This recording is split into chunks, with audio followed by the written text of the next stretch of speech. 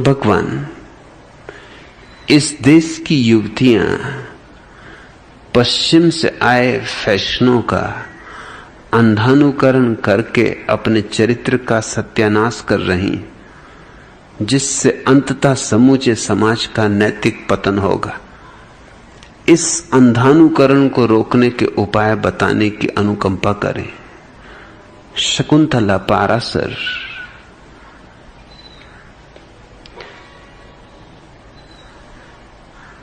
ऐसा लगता है तुम गलत जगह आ गई। यह बात तुम्हें करपात्री महाराज से पूछनी चाहिए, पुरी के शंकराचार्य से पूछनी चाहिए, आचार्य तुलसी से पूछनी चाहिए, कांची स्वामी से पूछनी चाहिए। देश में महात्मा ही तो महात्मा है। यहां कौन है जो महात्मा नहीं? संतों की भीड़ है। गलत कह गए पुराने लोग कि संतों के नहीं लेहड़े, सिंह न चलें जमात। गलत, बिल्कुल गलत। यहां तो लेहड़े ही लेहड़े हैं संतों के। चले जाओ कुंभ के मेला और लेहड़े ही लेहड़े। हर तरह के संत, तरह तरह के संत, हर प्रकार के संत। तुम इसी तरह लोगों से सत्संग करती रही हो मालूम होता है। मेरे जैसे आदमी से ये तुम्हारी पहली मुलाकात लगती, नहीं तो ऐसा प्रश्न भूल के भी तुमने उठाया ना होता। अब तुमने उठा ही दिया है तो मैं भी क्या करूं। पहली तो बात, इस भ्रांति को छोड़ दो कि तुम्हारा समाज कोई नैतिक समाज है, कि इसका पतन हो जाएगा। इसका पतन हो ही नहीं सकता, असंभव। क्योंकि और नीचे क्या गिरोगे? नीचे गिरने को जगह भी तो चाहिए। जब 10वीं उंगली भी उसने मेरी तोड़ डाली और धड़ाम से मैं नीचे गिरा तो मैं चकित हुआ कि वहां गिरने को कुछ था ही नहीं। मैं जमीन पे ही खड़ा था, मुश्किल से इंच भर फासला था मुझ में और जमीन में। तब मैंने अपनी खोपड़ी पीट ली कि अपनी उंगलियां नाक बर्बाद करवाई। गिरने को जगह ही नहीं थी, मगर अंधेरे में कुछ दिखाई नहीं पड़ रहा था। ये सदियों पुराना अंधेरा है शकुंतला पारासर। इसमें तुम्हें दिखाई नहीं पड़ रहा कि यहां गिरने को है क्या। इस देश से ज्यादा भ्रष्ट चरित्र और कहीं होगा? हां, ये बात जरूर है कि इस देश का चरित्र इतना भ्रष्ट है कि ये अपने को चरित्रवान तक घोषित करने की हिम्मत रखता है। ये भ्रष्टता का लक्षण ही। इसमें इतनी निष्ठा भी नहीं है, इतनी ईमानदारी भी नहीं है कि स्वीकार कर ले अपनी भ्रष्टता को। ये बेईमानी की हद है। यहां चोर साधु हैं, यहां बेईमान राजनेता हैं, यहां सब तरह के दुष्ट, क्रूर, हिंसक गांधीवादी बने बैठे हैं, अहिंसक हो गए। यहां सब तरह से दिन का हृदय अंधेरे से भरा है, कालक से। उन्होंने शुद्ध खादी के कपड़े पहन रखे, जगमग जगमग हो रहे हैं। किस देश के नैतिक पतन की बातें कर रही हो? और ये मत सोच लेना कि मैं आज की बात कर रहा हूं। ऐसा कोई समय नहीं रहा इस देश में जब इस देश में कोई नैतिक ऊंचाई रही हो। तुम अपने सारे पुराण उठा के देख डालो, मगर किसको पड़ी देखने की? शायद इसी डर से हम देखते भी नहीं कि कहीं कोई ऐसे तथ्य न मिल जाएं कि हमारी भ्रांतियां टूट जाएं। नहीं तो तुम्हारे पुराणों में जितनी सड़ी गली कथाएं दुनिया के किसी साहित्य में नहीं। और जैसी अनैतिक तुम्हारे देवताओं, तुम्हारे महात्माओं और ऋषि मुनियों के जीवनों में घटनाएं, कोई दूसरा देश इतनी हिम्मत नहीं कर सकता कि उनको पुराणों में सम्मिलित करे। कृष्ण कितने लोगों की स्त्रियों को चुरा लाए। वो कोई आधुनिक थे तुम समझती हो? कोई कैम्ब्रिज में कि ऑक्सफोर्ड में पढ़े थे? लेकिन हमने स्वीकार कर लिया, न केवल स्वीकार कर लिया बल्कि पूर्णावतार घोषित कर दिया। 16,000 स्त्रियों को इकट्ठा कर लिया है जिस व्यक्ति ने, उसको हमें पूर्णावतार कहने में जरा भी संकोच न हुआ।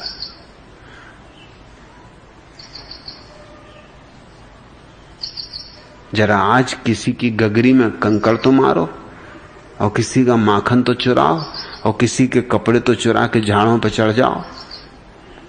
अरे खुद की पत्नी के ही कपड़े तो जरा चुरा के झाड़ पर चढ़ जाओ, वही तुम्हारी ठठरी बांध देगी। ऐसा शोरगुल मचाएगी कि सारा मोहल्ला इकट्ठा हो जाए। मगर नहीं, इस सब का नाम रास लीला। प्रभु लीला कर रहे हैं, और जब प्रभु लीला कर रहे हैं तो छोटे मोटे महात्मा क्यों ना करें। आखिर ये भी तो उसी थैली के चट्टे बट्टे छोटे ही सही। और जब इनको भी लीला करनी है तो बड़े लीलाधर को कैसे इंकार करें। थैली फट जाए तो ये चट्टे बट्टे भी नीचे गिर जाएं। तुम जरा अपना इतिहास तो उठा के देखो, अपने ऋषि मुनियों की कथाएं तो उठा के देखो। उनके जीवन में तुम्हें ऋषि मुनि जैसा कुछ भी न मिलेगा। तुम दुर्वासा जैसे व्यक्ति को भी ऋषि कहते हो, शर्म भी नहीं, संकोच भी नहीं। सब तरह के भ्रष्ट लोग, क्रोधी, कामी, लोभी, इनको तुम ऋषि मुनि कहते हो। और तुमने स्त्रियों के साथ जो व्यवहार किया है 5000 सालों के इतिहास में, इससे ज्यादा अमानवीय व्यवहार कहीं भी नहीं हुआ। खुद राम ने सीता के साथ दुर्व्यवहार किया है,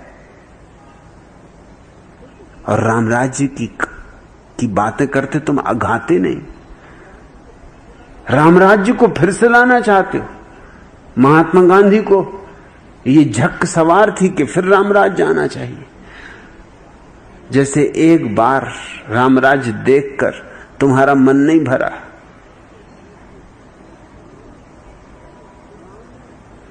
राम ने शूद्र के कानों में शीशा पिघलवा के भरवा दिया। अग्नि परीक्षा ली हुई पत्नी को,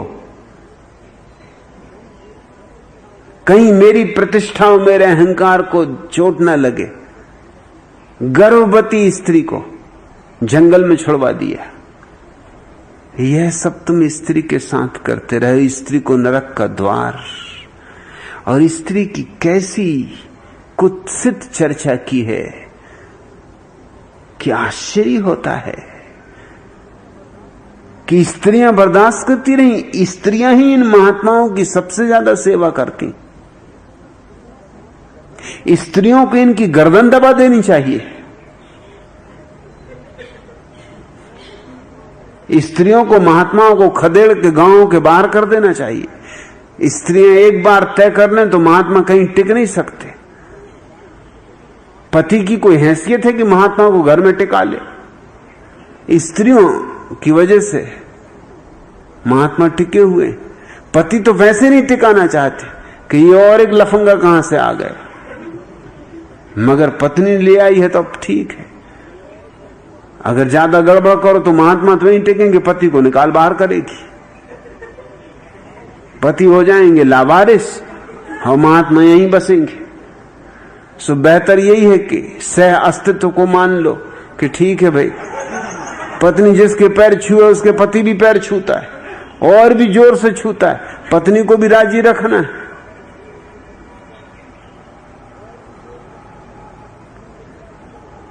तुम कहती हो इससे समूचे समाज का नैतिक पतन होगा। नहीं हो सकता तुम्हारा नैतिक पतन, असंभव। मैंने सुना है कि एक राजनेता एक मनोवैज्ञानिक से चिकित्सा करवा रहा था। उसने कहा कि मैं हीनता की ग्रंथि से पीड़ित हूं। 3 महीने तक चिकित्सा के बाद एक दिन जब पहुंचा राजनेता चिकित्सक के पास। चिकित्सक ने उससे कहा कि बिल्कुल प्रसन्न हो जाएं, आप आनंदित हों, आज उत्सव मनाएं, हो जाए दिवाली, चले होटल में, मेरी तरफ से आज आपको नाश्ता करवाना है। पक्का हो गया मेरे विश्लेषण से कि आपको हीनता की ग्रंथ से पीड़ित होने का कोई भी कारण नहीं। राजनेता भी बहुत प्रसन्न हुआ। उसने कहा लेकिन आपने पहले कभी नहीं कहा, 3 महीने बाद का, तो उनका पहले खोजबीन करनी पड़ी। आज ही मुझे पक्का पता चला कि आप हीनता की ग्रंथ से पीड़ित हो ही नहीं सकते, क्योंकि आप तो हीन हैं ही। हीनता की ग्रंथ से तो वो पीड़ित हो जो हीन ना हो। आप तो आखिरी दर्जे के हैं, इसके नीचे तो कोई दर्जे नहीं होता। आपको तो कोई गिराना भी चाहे तो नहीं गिरा सकता। गिराएगा कहां? गिराने की कोशिश में यह हो सकता कहीं चढ़ा बैठ।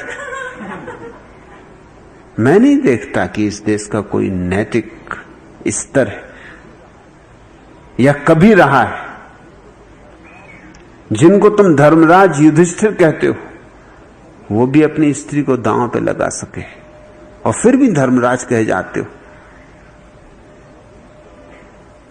तुम्हें कभी विचार भी नहीं उठता कि और क्या भ्रष्टता होगी जो आदमी अपनी स्त्री को भी जुए पे लगा दे। एक तो जुआ खेलना भ्रष्टता है, फिर स्त्री को भी जुए पे लगा दे, दांव पे लगा दे। इसकी भ्रष्टता की तो हद हो गई। और वहीं मौजूद हैं बड़े बड़े ज्ञानी, भीष्म पितामह, महाज्ञानी, जिनसे अर्जुन मरते समय ज्ञान लेने पहुंचता है। वही अर्जुन जो इसके पहले कृष्ण से गीता का ज्ञान ले चुका, गीता ज्ञान लेने के बाद भी भीष्म पितामह से ज्ञान लेने पहुंचता है। मतलब गीता ज्ञान भी उतना ऊंचा नहीं है जितना ऊंचा ज्ञान भीष्म पितामह का। और ये बैठे रहे चुपचाप, मजे से देखते रहे सारा खेल। नमक हलाल थे, बड़े ज्ञानी रहे होंगे। इनके मुंह से ये भी ना निकला कि ये क्या अन्याय हो रहा है। स्त्री को दांव पे लगाना, स्त्री कोई संपत्ति है, कोई जर जेवरात है। लेकिन हमारे देश में ऐसी गिनती होती रही, जर जोरू जमीन, झगड़े की जड़ 3, उसमें जर जोरू जमीन इनको एक साथ गिनाया है।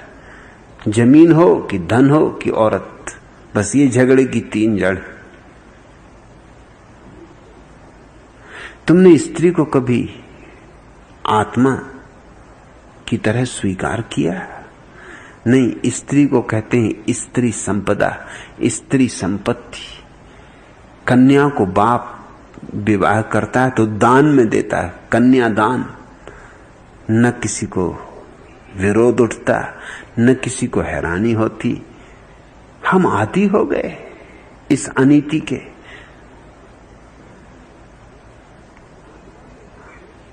पांडवों ने एक स्त्री को बांट लिया 5 भाइयों ने, और किसी को अड़चन नहीं, किसी ऋषि मुनि को ऐतराज नहीं।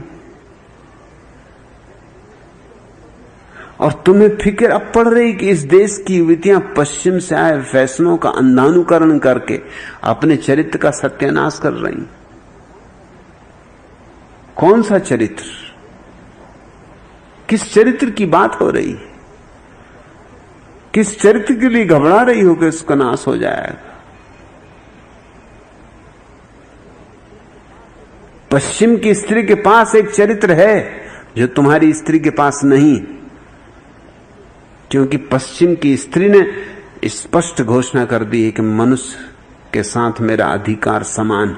ये चरित्र है। तुम्हारी स्त्री के पास क्या चरित्र है? वो तो कहती पति को कि मैं आपके पैरों की जूती, दासी। ये चरित्र है? ये आत्मवान होना?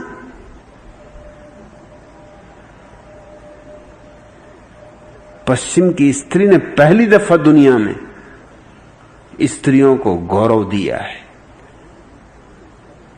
लेकिन तुम्हारे चरित्र की धारणा ही और, तुम्हारे चरित्र के हिसाब ही और, तुम्हारे मापदंड ही और।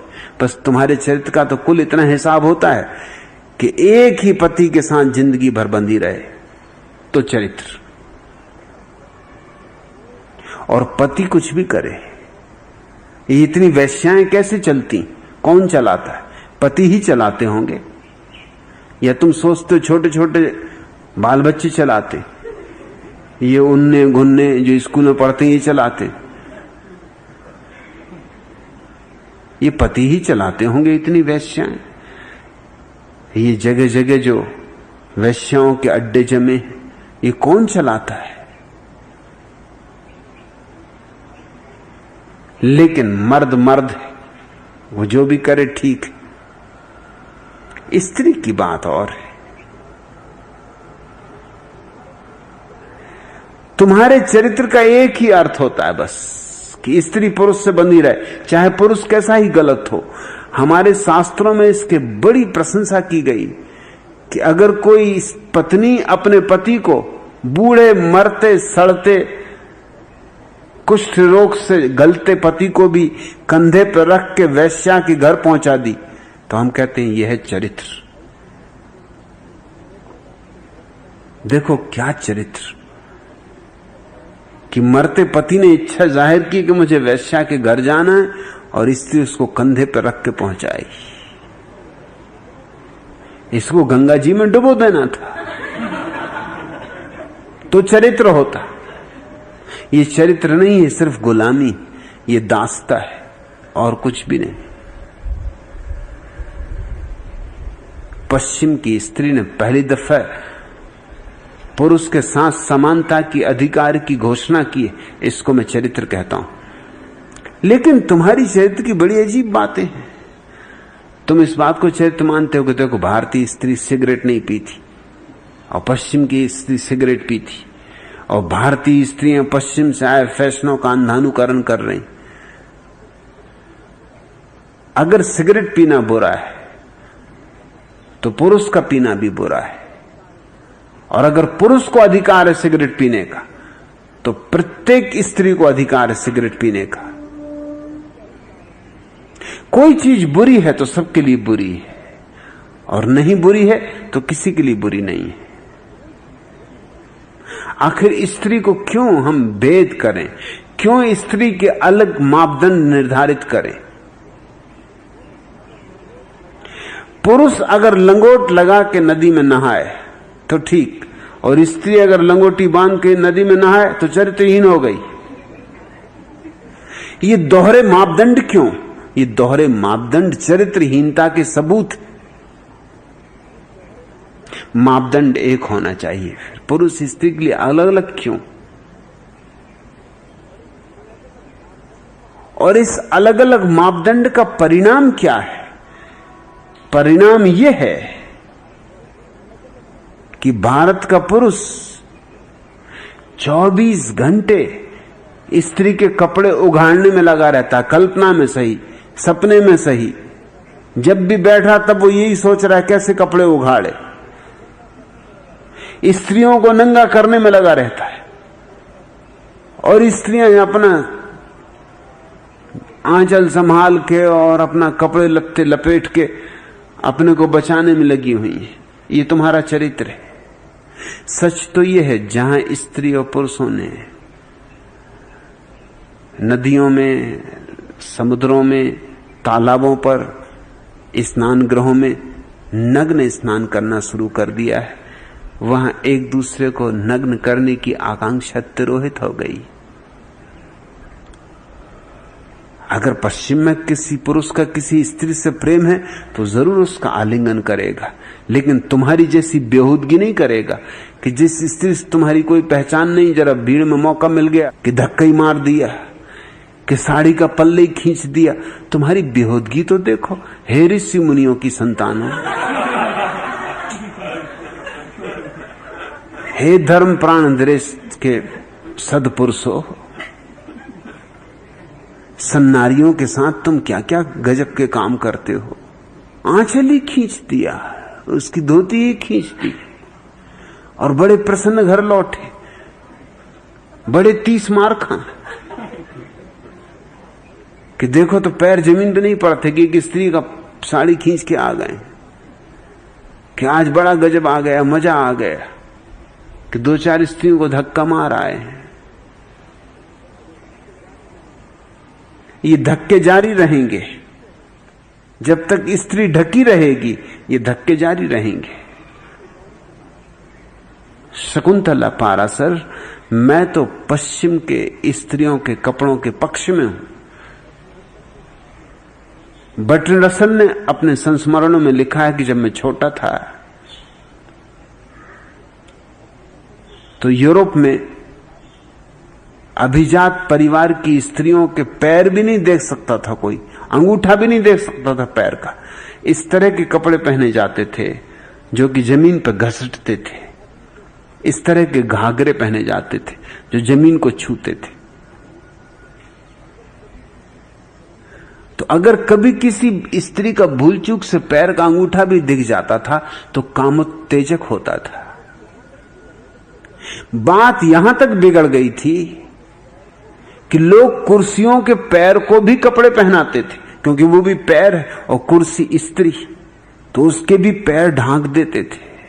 और अब बर्ट्रैंड रसल ने अपनी उम्र के अंतिम दिनों में 90 वर्ष की उम्र में लिखा कि मैं चकित हूं कि क्या हुआ,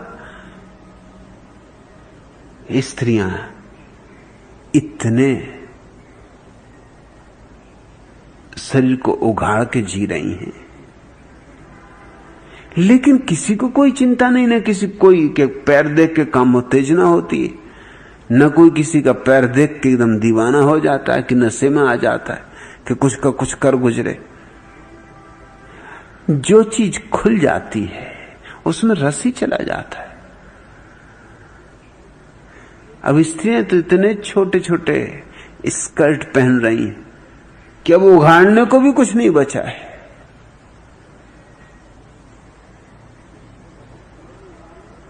एक छोटा बच्चा एक दुकान में रो रहा था खड़ा। मैनेजर ने पूछा कि भाई क्यों रोता? उसने कहा मेरी मां खो गई। मैनेजर ने कहा कि तू अपनी मां का स्कर्ट पकड़े रखा कर। उसने कहा वही तो मुश्किल है, मेरा हाथ वहां तक पहुंचता नहीं। शकुंतला पारासर, तुम्हें तकलीफ हो रही होगी क्योंकि पुरानी धारणाओं में पली होगी, लेकिन तुम्हें मनोविज्ञान का या मनुष्य के जीवन के निर्माण का कोई बोध नहीं। अगर स्त्री और पुरुष सहज और स्वाभाविक हो जाएं, तो जीवन से सारी अनीति तिरोहित हो जाए। कभी जाके बस्तर के आदिवासी इलाकों में देखो, जहां स्त्रियां करीब करीब अर्धनग्न होती, उनके स्तन तो उघड़े होते।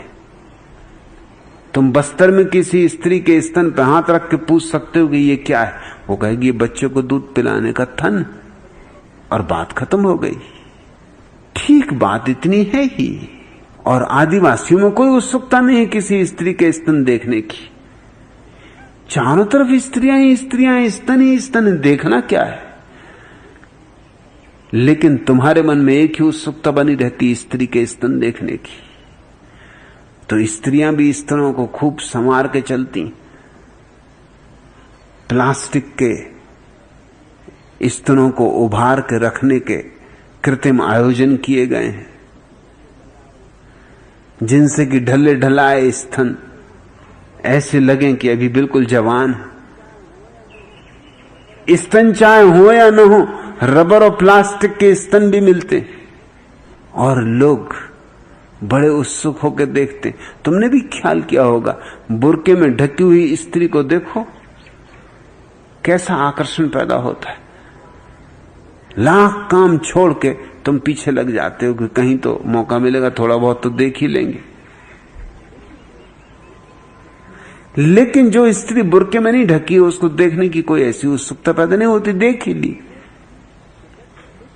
जो चीज प्रकट है उसमें रस चला जाता है किसी दरवाजे पे तख्ती लिख के टांग दो कि यहां झांकना मना है, फिर देखना वहां से कितने सच्चरित्र व्यक्ति निकल सकते हैं जो बिना झांके निकल जाएं, और निकल भी जाएं तो लौट के आएंगे, और दिन में ना आ सके तो रात में आएंगे, और अगर आ ही ना सके, बिल्कुल ही कायर और कमजोर हुए, तो सपने में वहीं वहीं मंडराएंगे कि है क्या मामला, क्या भीतर क्या है।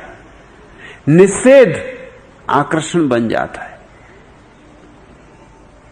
कोई आवश्यकता नहीं है निषेध की।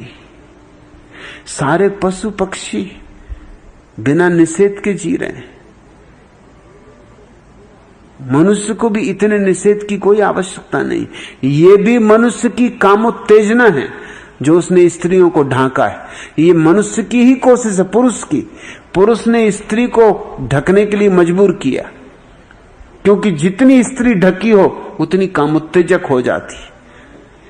ये चरित्र के कारण नहीं है, स्त्री को कामोत्तेजक बनाने के लिए है। उसे ढांको, छिपाओ। जिन जिन अंगों में पुरुष को उत्सुकता है वे ही अंग हैं जो ढके होते। जो उघड़े अंग हैं उनमें कोई उत्सुकता नहीं होती। अगर स्त्री पूरी उघड़ी हो, पुरुष पूरा उघड़ा हो, तो दुनिया में एक दूसरे के शरीर में ऐसा पागल जो दीवानापन है वो अपने आप नष्ट हो जाए। तुम कहती हो इस देश की युवतियां पश्चिम से आए फैशनों का अंधानुकरण करके अपने चरित्र का सत्यानाश कर रही। जरा भी नहीं। एक तो चरित्र है नहीं कुछ, और पश्चिम में चरित्र पैदा हो रहा है। अगर इस देश की स्त्रियां भी पश्चिम की स्त्रियों के भांति पुरुष के साथ अपने को समकक्ष घोषित करें तो उनके जीवन में भी चरित्र पैदा होगा और आत्मा पैदा होगी। स्त्री और पुरुष को समान हक होना चाहिए। एक युवक अपनी भावी पत्नी को देखने उसके घर गया। बातचीत के दौरान उसने लड़की से पूछा, क्या तुम्हें खाना बनाना आता है? लड़की ने जवाब दिया, देखिए, हम लोगों को सिलसिलेवार ढंग से हर समस्या के विषय में सोचना चाहिए। पहले आप बताइए कि आप कुछ कमाना जानते? खाना वगैरह तो बाद में बनेगा, पहले कमाना तो आना चाहिए। भारतीय लड़की तो घूंघट में दबी क्या ऐसा प्रश्न पूछेगी? मगर ये प्रश्न पूछना जरूरी है। एक लखपति का बेटा अपनी प्रेमिका से बोला, कल मेरे पिताजी का दिवाला निकल गया। मुझे पता था तुम्हारे पिताजी हमारी शादी में जरूर कोई न कोई बाधा डालेंगे। प्रेमिका निराश होकर बोली। ये बात पुरुष तो हमेशा ही करते रहे। स्त्रियों में उनकी उत्सुकता नहीं, स्त्रियों के साथ मिलते दहेज में उत्सुकता है। स्त्री से किसको लेना देना है? पैसा, धन, प्रतिष्ठा। मगर इस लड़की ने चौंका दिया होगा उसे। अब तुम कहोगी ये पश्चिम का अंधानुकरण हो गया, लेकिन लड़की ने ठीक जवाब दिया, मुंह तोड़ जवाब दिया। यही जवाब होना भी चाहिए। मगर हम तो छोटी छोटी बच्चियों का विवाह करते रहे, इसी डर से कि कहीं वो सवाल ना उठाने लगे। हम तो छोटे बच्चों के विवाह में भरोसा करते रहे। उसका कारण था कि छोटे बच्चों का विवाह कर दो, उनको पता नहीं क्या हो रहा है। माँ बाप के हाथ में सब निर्णय था। पंडित पुरोहित निर्णय करते, जन्म कुंडली देख के निर्णय होता। ये झूठा विवाह है, ये थोथा विवाह है, और इसको तुम चरित्र कहते हो। ये तो दुष्चरित्रता की शुरुआत हो गई। ये पाप है, क्योंकि न इस लड़की ने इस लड़के को कभी प्रेम किया, न इस लड़के ने कभी इस लड़की को प्रेम किया। जहां प्रेम नहीं है वहां पाप है, जहां प्रेम है वहीं पुण्य। मध्यस्थों के सहयोग से एक लड़की की शादी तय हो गई। अचानक लड़की रोने लगी। मां उसे ढारस बंधाने लगी, रोते नहीं मेरी बच्ची, शादी सभी की होती है। देख, मैंने भी तो शादी की थी ना। वह तो ठीक है मां, लेकिन तुमने शादी पिताजी से की थी और मेरी शादी निपट अजनबी से हो रही। छोटे बच्चे ठीक कह रही छोटी बच्ची कि तुमने तो पिताजी से शादी की, तो तुम्हें तो कोई अड़चन नहीं, लेकिन मेरी निपट अजनबी से शादी हो रही जिसको मैंने कभी देखा नहीं, पहचाना नहीं। हम बच्चों पर शादी थोप देते थे। अब इसको तुम अंधानुकरण कहोगी कि लड़की कहेगी मैं लड़के को देखना चाहती हूं, लड़का कहे कि मैं लड़की को देखना चाहता हूं, वो ठीक, ये उसका हक है। लेकिन लड़की कहे मैं भी लड़के को देखना चाहती हूं, लड़की कहे कि मैं लड़के के साथ महीने 2 महीने रह के देखना चाहती हूं कि यह आदमी जिंदगी भर साथ रहने योग्य है भी या नहीं, तो चरित्र का ह्रास हो गया, पतन हो गया। और इसको तुम चरित्र कहते हो कि जिससे पहचान नहीं, संबंध नहीं, कोई पूर्व परिचय नहीं, इसके साथ जिंदगी भर साथ रहने का निर्णय लेना, ये चरित्र? तो फिर अज्ञान क्या होगा, फिर मूढ़ता क्या होगी? एक हकीम ने चंदूलाल से कहा, कौन कहता है तुम बीमार हो? चंदूलाल, तुम्हारी नाड़ी तो घड़ी जैसी तेज चल रही है। चंदूलाल ने कहा, हकीम साहब आपका हाथ मेरी नाड़ी पर नहीं, घड़ी पर ही है। समस्याओं पर हाथ रखो। इस देश का चरित्र तो कब का सड़ गया है। जमाने हुए, इतने जमाने हो गए इस देश के चरित्र को सड़े हुए कि अब हम सड़े हुए चरित्र को ही चरित्र समझने लगे। अब तो हम उसी को मानने लगे कि यही चरित्र है। हमने घोड़े देखे नहीं, हम खच्चरों को ही घोड़े मानने लगे। और अब जब पहली दफा दुनिया में एक स्वतंत्रता की हवा पैदा हुई, लोकतंत्र की हवा पैदा हुई, और स्त्रियों ने उद्घोषणा की है समानता की, तो पुरुषों की छाती पे सांप लौट रहे हैं। मगर मजा तो यह है कि पुरुषों की छाती पे सांप लौटे, ये तो ठीक, स्त्रियों की छाती पे सांप लौट रहे हैं। स्त्रियों की गुलामी इतनी गहरी हो गई है कि उनको पता ही नहीं रहा कि जिसको वो चरित्र सती सावित्री और क्या क्या नहीं मानती रही हैं, वो सब पुरुषों के द्वारा थोपे गए जबरदस्ती के विचार थे। कितनी सतियां हुई, लेकिन एक आध सता भी तो होता। ये बड़े मजे की बात है। इसका अर्थ हुआ कि स्त्रियों ने ही पुरुषों को प्रेम किया, किसी पुरुष ने कभी किसी स्त्री को प्रेम नहीं किया। और यही पुरुष, और ये चमत्कार तो तब मालूम होता है जब स्त्रियां भी इसमें सम्मिलित होती। ढांढन सती की झांकी बंबई में सजती रहती, रोज अखबारों में जब देखो तब ढांढन सती, जहां देखो वहां सती का मंदिर, सती का चौरा। पुरुष ये शोरगुल मचाते हैं तो समझ में आता है, क्योंकि स्त्रियों को कब्जे में रखने की उनकी जालसाजी का हिस्सा है। लेकिन स्त्रियां कैसी मूढ़, मगर उनको मूढ़ रखने का भी उपाय किया गया। उनको शास्त्र पढ़ने नहीं दिए गए, वेद पढ़ने नहीं दिया गया,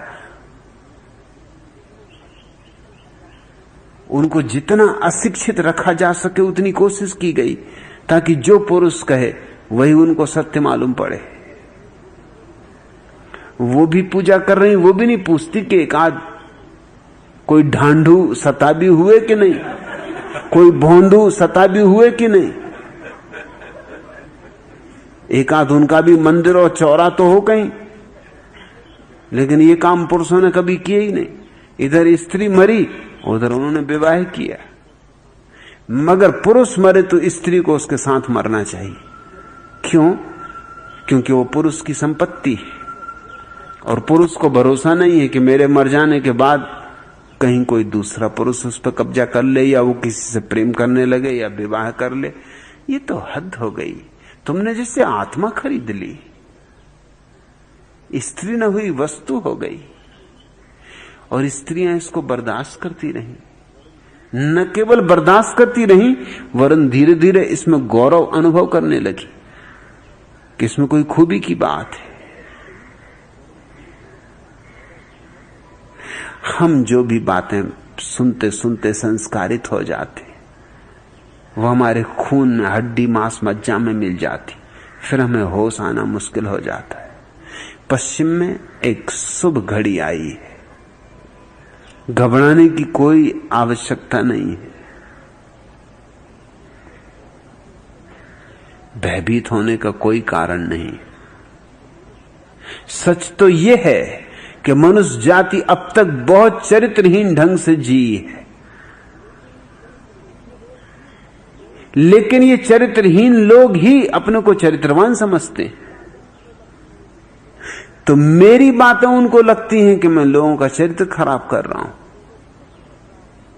मैं लोगों को केवल स्वतंत्रता और बोध दे रहा हूं, समानता दे रहा हूं,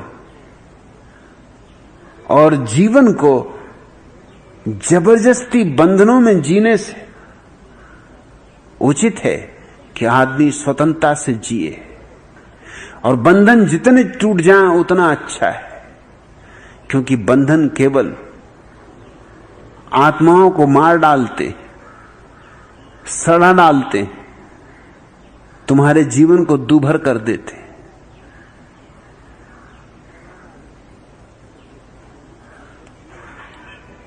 एक प्रेमिका अपने प्रेमी से कह रही थी, अगर मैं तुम्हारे साथ शादी कर लूं तो तुम ये सिगरेट पीना छोड़ दोगे ना? प्रेमी ने सिगरेट जलाते हुए कहा, हां हां, क्यों नहीं। प्रेमिका ने उसके हाथ अपने हाथ में लेकर कहा, और शराब पीना भी छोड़ दोगे ना? प्रेमी ने हीरो के अंदाज में कहा, मेरी जान, तुम्हारे लिए सब कुछ कर सकता हूं, सब कुछ छोड़ सकता हूं। प्रेमिका बोली, और क्या क्या छोड़ दोगे? प्रेमी ने अपना हाथ छुड़ाकर सिगरेट बुझाते हुए कहा, तुम्हारे साथ शादी करने का विचार। एक दूसरे की छाती पे सवार हो, यह छोड़ो, वह छोड़ो, ऐसा करो, वैसा करो। ये प्रेम ना हुआ, कारागृह हो गया। ये विवाह ना हुआ, एक दूसरे के गले में फांसी हो गई। फिर इसका परिणाम यह होता है कि तुम्हारा विवाह सुख तो नहीं, दुख की एक लंबी कहानी हो जाती, एक व्यथा हो जाती। पत्नी तुम्हें सताती, तुम पत्नी को सताते हो, लेकिन मौलिक कारण यह है कि तुम दोनों क्रुद्ध हो, क्योंकि तुम्हारी स्वतंत्रता छिन गई। मैं तो विवाह के विरोध में हूं, शकुंतला पाराशर। मैं तो पश्चिम से बहुत आगे हूं। पश्चिम के लोगों को भी लगता है मैं खतरनाक बातें कह रहा हूं। पश्चिम के सारे देशों में मेरे खिलाफ लेख लिखे जा रहे हैं, किताबें लिखी जा रही हैं, क्योंकि उनको लगता है मैं खतरनाक बातें कह रहा हूं। मैं बर्बाद कर दूंगा पश्चिम के चरित्र को, पश्चिम के चरित्र को जिससे तुम डरी हुई हो, मैं उसको भी बर्बाद करने में लगा हुआ हूं। तुम घबराओ मत, मैं पश्चिम के चरित्र को तो बर्बाद कर ही दूंगा। और रही तुम्हारी बात, तुम्हारा तो कोई चरित्र है ही नहीं, तुम तो निश्चिंत रहो, तुम तो घोड़े बेच के सो, नंगा नहाए तो निचोड़े क्या? डर ही नहीं निचोड़ने का, सुखाने वगैरह का तो सवाल ही नहीं उठता कि कहां सुखाएं, क्या करें। 3 औरतें मरने के बाद स्वर्ग पहुंची। तीनों औरतों को सेंट पीटर के सामने लाया गया। सेंट पीटर ने पहली महिला से पूछा कि क्या आपने कभी किसी पराये पुरुष से प्रेम संबंध स्थापित किया था? महिला बोली, अजी आप भी कैसी बातें करते हैं, शर्म नहीं आती? मैं सीता सावित्री के देश की नारी, भला मैं परपुरुष के बारे में सोच भी सकती हूं? सेंट पीटर ने अपने सहायक से कहा, इसे स्वर्ण महल में भेज दो। अब सेंट पीटर ने दूसरी महिला से पूछा कि क्या आपने कभी परपुरुष के साथ प्रेम संबंध स्थापित किया? महिला बोली कि सिर्फ 1-2 बार ही मैंने अपने मोहल्ले के सेठ चंदूलाल से शारीरिक संबंध बनाए थे। सेंट पीटर ने अपने सहायक से कहा कि इन्हें ले जाओ, हीरे जवाहरातों से बने महलों में पहुंचा दो। इसके बाद सेंट पीटर तीसरी महिला की तरफ मुखातिब हुआ और उससे बोला, आप बताइए, आपने कभी किसी पुरुष से प्रेम संबंध बनाया, महिला ने कहा माफ करिए मैं झूठ नहीं बोलूंगी, मेरे पास तो जो भी आया कभी खाली हाथ नहीं गया। शास्त्रों में कहा भी है दान से बड़ा कोई धर्म नहीं। सेंट पीटर ये सुन के अपने सहायक से बोले इसे मेरे कमरे में पहुंचा दो।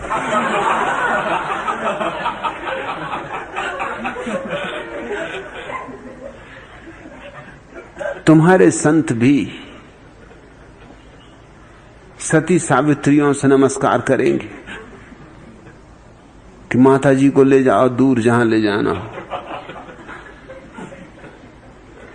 वो भी किसी भली महिला को, ढंग की महिला को। इस महिला ने ठीक बात कही कि मैं झूठ नहीं बोलूंगी, और दान से बड़ी कोई बात है, और प्रेम से बड़ा दान नहीं। जीवन एक सहज आनंद उत्सव होना चाहिए। इसे क्यों इतना बोझिल, इसे क्यों इतना भारी बनाने की चेष्टा चल रही है? और मैं नहीं कहता हूं कि अपने स्वस्फूर्त चेतना के विपरीत कुछ करो। किसी व्यक्ति को एक ही व्यक्ति के साथ जीवन भर प्रेम करने का भाव है, सुंदर, अति सुंदर, लेकिन ये भाव होना चाहिए आंतरिक, ये ऊपर से थोपा हुआ नहीं, मजबूरी में नहीं। नहीं तो उसी व्यक्ति से बदला लेगा वह व्यक्ति, उसी को परेशान करेगा, उसी पर क्रोध जाहिर करेगा। मैं भारत के इतने घरों में मेहमान रहा हूं और मैं जान के चकित हुआ हूं कि न तो पुरुष पत्नियों से प्रसन्न है, न पत्नियां पुरुषों से प्रसन्न है। पत्नियां क्रुद्ध हैं, पुरुष क्रुद्ध हैं। और मजा ये कि दोनों को साफ नहीं कि ये क्रोध क्यों है। ये क्रोध इसीलिए कि दोनों एक दूसरे के जीवन में बाधा बन गए, दोनों एक दूसरे के जीवन के प्रवाह को अवरुद्ध करते हैं, दोनों एक दूसरे पर नजर रखें जासूस की, दोनों एक दूसरे का चरित्र सुधारने में लगे। और ध्यान रखना, चरित्र सुधारने वालों को कोई कभी माफ नहीं करता। शकुंतला पारासर ऐसा मालूम होता है कि तुम्हें दूसरों का चरित्र सुधारने की धुन सवार है। अपनी ही फिक्र कर लो, अपने ही जीवन में कोई दिया जला लो, उतना ही काफी है। तुम्हें हक भी नहीं किसी दूसरे का चरित्र सुधारने का। प्रत्येक व्यक्ति अपने चरित्र का मालिक है। मैं अगर अपने चरित्र को बिगाड़ना चाहता हूं तो जब तक मैं दूसरे को नुकसान न पहुंचाऊं, मुझे रोकने का हक किसी को भी नहीं। नियम, कानून, समाज वहीं आ सकते हैं जहां मैं किसी के जीवन में व्याघात पहुंचाऊं। लेकिन अगर मैं किसी के जीवन में कोई व्याघात नहीं पहुंचाता हूं, मेरी स्वतंत्रता को जीता हूं, तो क्यों कोई मेरे जीवन में बाधा डाले? मगर हम अब तक जैसे समाज में रहे, वो ऐसा समाज था जिसमें हर एक की गर्दन हर एक दूसरे आदमी के हाथ में, और जरा सी बात हो कि पूरा समाज एक आदमी पर टूट पड़े। जरा सा नियम का उल्लंघन हो, हुक्का पानी बंद। हमने व्यक्ति को व्यक्तित्व दिया ही नहीं, हमने व्यक्ति से व्यक्तित्व छीन लिया, हमने उसे समाज का एक मुर्दा अंग बना कर रख दिया। और स्वभाव था तब हम 2000 साल तक गुलाम रहे, इसमें कोई और जिम्मेवार नहीं है। जहां व्यक्ति ही न थे वहां स्वतंत्रता की घोषणा कौन करता? जहां स्वतंत्रता का स्वाद ही नहीं था वहां परतंत्रता से राजी होने में अड़चन क्या थी? जो अपनी पत्नी की परतंत्रता सहने को राजी है, जो अपने पति की परतंत्रता सहने को राजी है, उसको क्या फर्क पड़ता है कि दिल्ली की गद्दी पे मुगल बैठे, कि तुर्क बैठे, कि हूण बैठे, कि अंग्रेज बैठे, कि कौन बैठा, कोई बैठा रहे। वो तो जानता है कि मुझे तो गुलामी का जीवन जीना है, मेरा तो सारा जीवन गुलामी का है। तो इससे भी क्या फर्क पड़ता है कि एक और मालिक ऊपर बैठ गया, बैठा रहा है दिल्ली में, कोई से क्या फर्क पड़ता है। इसलिए भारत स्वतंत्रता के लिए अपने को तैयार नहीं कर पाया, आज भी नहीं कर पाया है। तुम स्वतंत्र हो गए हो किसी अपने गुण के कारण नहीं, सिर्फ विश्व की जागतिक जो रूपांतरण हुए हैं परिस्थितियों में उनके कारण, अन्यथा तुम स्वतंत्र अभी भी नहीं हो। और आज भी तुम्हें कोई गुलाम बनाना चाहे तो तुम तत्क्षण गुलाम बनने को राजी हो जाओगे, क्योंकि तुम्हारी भीतरी जड़ों में गुलामी घुस गई है। जो पति अपनी पत्नी के सामने पूंछ दबा के घुसता है घर में, जो पत्नी अपने पति को देख के कपती है, जो बच्चे अपने माँ बाप से डरते हैं, जो माँ बाप अपने बच्चों से डरते हैं, जहां डर ही डर व्याप्त है वहां चरित्र का कहां से जन्म होगा। चरित्र के लिए स्वतंत्रता की भूमि चाहिए। और मैं कोई खतरा नहीं देखता। पश्चिम के फैसलों में ऐसा क्या है, कुछ भी तो नहीं जिससे कि चरित्र भ्रष्ट हो जाए। और चरित्र अगर भ्रष्ट हो जाता हो फैसलों के कारण तो वो चरित्र दो कौड़ी का है। मेरा चरित्र अगर मेरे कपड़ों से भ्रष्ट हो जाता हो, समझ लो एक महिला ने मुझे कहा, वो हॉलैंड गई कृष्णमूर्ति के एक शिविर में भाग लेने और बिना भाग लिए लौट आई। मैंने उससे पूछा क्या हुआ, तूने भाग नहीं लिया? उसने कहा भाग लेने की बात ही खत्म हो गई।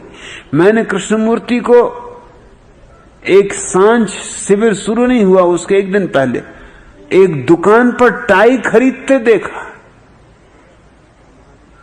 अब जरा बात अड़चन की तो है, जैसे महावीर स्वामी मिल जाए किसी दुकान पर टाई खरीद रहे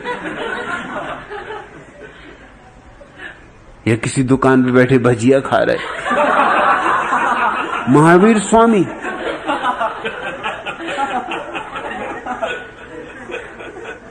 कि भगवान बुद्ध मिल जाएं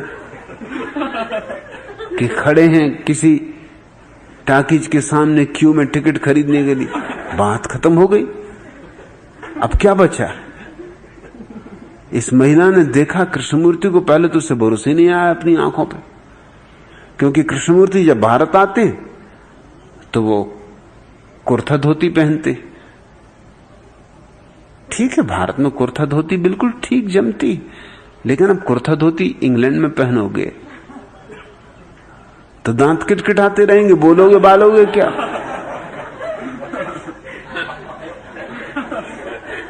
तो वहां तो वो सूट पैंट पहनते हैं, और जहां ठंडे देश हैं वहां टाई बिल्कुल जरूरी है। इस देश में जो लोग टाई बांधते हैं वो गधे, नंबर 1 के गधे। जहां गर्मी में लोग मरे जा रहे हैं, टाई बांधने का मतलब यह है कि शरीर में कहीं से भी गले के से भी हवा ना प्रवेश कर सके। तो नीचे मोजे पहने हुए हैं, जूता कसे हुए हैं, ऊपर से टाई बांधे हुए हैं ताकि सब तरफ से हवा भीतर प्रवेश ना कर सके। लेकिन भारत में टाई बांधे हुए हैं, जूता पहने हुए हैं, मोजा कसे हुए हैं, ये छटे हुए गंवार हैं, ये पढ़े लिखे गंवार। कृष्णमूर्ति तो जिस देश में जाते हैं उस देश के लिए जो जरूरी है वैसा कपड़ा पहनते, और मैं मानता हूं ये बिल्कुल ठीक है। ये बिल्कुल ही एक जागृत पुरुष का व्यवहार है। मैं महात्मा गांधी के व्यवहार को जागृत पुरुष का व्यवहार नहीं मानता। वो इंग्लैंड में भी जाएंगे तो वही अपना ढांचा बनाए हुए, वो ढांचा ठीक है वर्धा में जहां गर्मी से लोग मरे जा रहे हैं, लेकिन इंग्लैंड में वो ढांचा बिल्कुल बेहुदा है, असंगत है, अप्रासंगिक है। कृष्णमूर्ति को मैं जागृत पुरुष कहूंगा क्योंकि वो देखते जैसी जरूरत है, जहां जैसी अनुकूलता है वहां उस ढंग से जीना चाहिए। कोई जीवन से ऊपर कपड़े नहीं हैं, जीवन के लिए कपड़े हैं, कपड़ों के लिए जीवन नहीं। मगर इस महिला की छाती पे तो बात ही जहर की तरह लगी। तीर चुभ गया कि अरे, जिसको मैं सोचती थी कि भगवान के अवतार हैं, वो टाई खरीद रहे हैं। इसका तो सारा मोह भंग हो गया। ये तो फिर शिविर में सम्मिलित ही नहीं हुई। इसके लिए तो चरित्र भ्रष्ट हो गया। टाई ने चरित्र भ्रष्ट कर दिया। तुम्हारा चरित्र क्या है? टाई बांधने से भ्रष्ट हो जाएगा। तो टाई ज्यादा मूल्यवान मालूम होती तुम्हारे चरित्र के। अब इंग्लैंड में अगर ब्रह्म मुहूर्त में उठोगे तो डबल निमोनिया होगा। इंग्लैंड में थोड़ी देर से उठना होगा, जरा धूप आ जाए, थोड़ा सूरज निकल आए, वो भी मुश्किल से कभी कभी निकलता है। कम से कम सुबह तो हो जाए। हिंदुस्तान में ठीक है, तुम 3 बजे से उठो और रामधुन करो। सच तो यह है कि मच्छर सोने ही कहां देते। मच्छर तो रात भर रामधुन तुम्हारे कान में करते। यहां तो ऐसा धार्मिक कार्य चल रहा है अखंड। खटमल अलग तपश्चर्या करवा रहे हैं, नीचे से तपश्चर्या, मच्छर ऊपर से तपश्चर्या करवा रहे हैं। बची खुची अब इनसे कुछ बची खुची और थोड़ा बहुत समय बचा तो उठाए 3 बजे और तुम रामधुन करने लगे। तुम मोहल्ले वालों को सताने लगे, वो किसी तरह सोने के करीब आ रहे थे, तब तुमने अखंड रामायण शुरू कर दी। तुम्हारा चरित्र क्या है? किस चीज को तुम चरित्र कहते हो? यहां हजारों सारी दुनिया से आए हुए सन्यासी। आज 6 साल से मैं यहां हूं, किसी एक विदेशी सन्यासी ने किसी एक भारतीय महिला को नहीं छेड़ा, न धक्का मारा, न धोती खींची, न चोटी ली, किसी तरह का दुर्व्यवहार नहीं किया। और ये चरित्रहीन लोग हैं। और भारतीयों ने कितनी पाश्चात्य महिलाओं के साथ उपद्रव किया इन 6 वर्षों में। बलात्कार करने की कोशिश की, करीब करीब बलात्कार किया, लहू लुहान कर दिया स्त्रियों को, कपड़े फाड़ डाले, हर तरह से हमला बोला। कुछ नहीं तो कार से ही उनको धक्का दे देंगे। हाथ नहीं पहुंचा तो कोई बात नहीं, चलो कार ही पहुंच गई, कार से धक्का मार के दिल खुश होके गए घर। इन 6 वर्षों में जितना अनाचार भारतीयों ने पाश्चात्य स्त्रियों पे किया है, उसको देख के पता चलता है कि चरित्र किसके पास है। और तुम चरित्र की बातें फिर से सोचो, फिर से सोचना शुरू करो। हमें चरित्र के संबंध में पुनर्विचार करना होगा और हमें चरित्र के नए मापदंड खोजने होंगे। मैं उसी चेष्टा में संलग्न हूं, इसलिए अकारण ही न मालूम कितने चरित्र के ठेकेदार और समाज के ठेकेदार मेरे दुश्मन हो गए, क्योंकि उनको लगता है कि मैं जो कह रहा हूं उसे वो गलत तो सिद्ध कर नहीं सकते। अब एक ही उपाय है कि मेरा मुंह कैसे बंद कर दिया जाए, मुझे बोलने ही ना दिया जाए, मेरी गर्दन ही काट दी जाए, मुझे देश से बाहर ही निकाल दिया जाए। रोज अखबारों में पत्र छपते हैं कि इस व्यक्ति को देश के बाहर क्यों ना निकाल दिया जाए। मैं अकेला, इस देश में तुम्हारे कितने महात्मा, कितने साधु, कितने संत, इस एक आदमी के द्वारा सारे देश का चरित्र बिगड़ जाएगा। और तुम्हारे सारे साधु महात्मा क्या करते रहेंगे? मगर तुमको डर है, और डर यह है कि तुम्हारे भीतर भी बात साफ होने लगी कि तुम्हारे साधु महात्मा जिस बकवास की बातें कर रहे हैं वो सिर्फ उन्हीं को प्रभावित कर सकते हैं जो पहले से ही प्रभावित है। तुम्हारे साधु महात्माओं के पास न कोई तर्क है, न कोई प्रमाण है। और तुम्हारा पूरा इतिहास तुम्हारी चरित्रहीनता का सबूत है, और कुछ भी नहीं। और ये भ्रांति तुम्हें छोड़ ही देनी चाहिए कि भारत कोई धार्मिक देश है। जितने जल्दी ये भ्रांति छूट जाए उतने जल्दी भारत धार्मिक देश हो सकता है। मैं भारत को धार्मिक देश बनाना चाहता हूं, मगर पहले तो भ्रांति छूटे। अब कोई बीमार आदमी को भ्रांति है कि मैं स्वस्थ हूं, तो इसका इलाज कैसे करो? पहले तो समझाना होगा कि तुम स्वस्थ नहीं हो, तब इलाज हो सकता है। लेकिन बीमार बड़े जिद्दी होते हैं। मुल्ला नसरुद्दीन को वहम पैदा हो गया कि वो मर गए। बहुत समझाया लोगों ने कि आप मरे नहीं हैं, आप जिंदा हैं। अरे वो कहें आप भी कैसी बातें कर रहे हो, मैं तो मर चुका। प्रमाण क्या है मेरा जिंदा होने का? अब क्या प्रमाण दो किसी को कि तुम जिंदा हो? मुर्दों ने कभी प्रमाण पूछे नहीं, इसलिए कभी प्रमाण खोजे भी नहीं गए।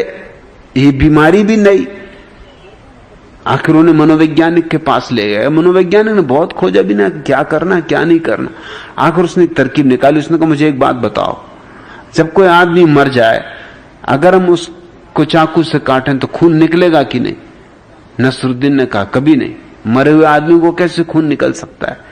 खून तो जिंदा आदमी को निकलता है। मनोवैज्ञानिक बहुत खुश हुआ। उसने कहा अब एक सूत्र हाथ लगा, लाया चाकू और नसरुद्दीन का हाथ में उसने एक चीरा दिया, झरझर खून आने लगा।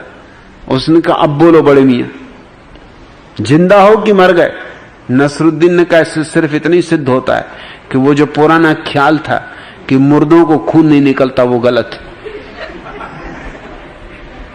मुर्दों को भी खून निकलता है, इससे सिद्ध हो रहा, साफ सिद्ध हो रहा है। अरे और क्या प्रमाण चाहिए? मैं मरा हुआ आदमी, तुमने चीरा मारा, खून निकल रहा। पुरानी कहावत गलत थी। कोई जिद ही किए बैठा हो कि मैं बीमार नहीं हूं, तो उसे बीमार होने का भरोसा दिलाना तक मुश्किल है। और ऐसी ही जिद इस देश की है कि हम चरित्रवान हैं, हम धार्मिक हैं, हम पुण्यात्मा हैं, यहां देवता पैदा होने को तरसते। इससे हमारे अहंकार को तृप्ति तो मिलती है, और कुछ हमारे पास है भी नहीं अहंकार की तृप्ति के लिए। बस यही थोथी बातें रह गई। इन्हीं के सहारे किसी तरह अपने को संभाले रखते हैं कि हम भी कुछ। मगर जितने जल्दी ये थोथी बातें छूट जाएं उतना अच्छा है। क्यों? क्योंकि हमारी क्षमता है कि हम धार्मिक हो सकते हैं। और अगर तुम मेरी बात समझ सको तो मैं तुमसे ये कहना चाहता हूं कि हमारी क्षमता इस पृथ्वी पर सर्वाधिक है, क्योंकि 5000 साल से हमारे खेत में खेती हुई ही नहीं। जैसे किसी खेत में 5000 साल तक खेती ना हो तो उसकी उर्वरा शक्ति बहुत बढ़ जाती। उसमें अगर आज तुम बीज बो दो तो ऐसी फसल आएगी जैसी कि कभी किसी ने देखी ना हो। भारत हजारों साल से चरित्र को पैदा नहीं कर सका है, इसलिए उर्वरा शक्ति इकट्ठी होती गई, हमारी ऊर्जा इकट्ठी होती गई। अगर आज ठीक मौका मिले तो हम सारी पृथ्वी को चकाचौंध से भर दे सकते हैं। इतने दिए जल सकते हैं, इतने फूल खिल सकते हैं। मगर पहली तो बात उस भ्रांति को छोड़ देना होगा कि हम धार्मिक हैं।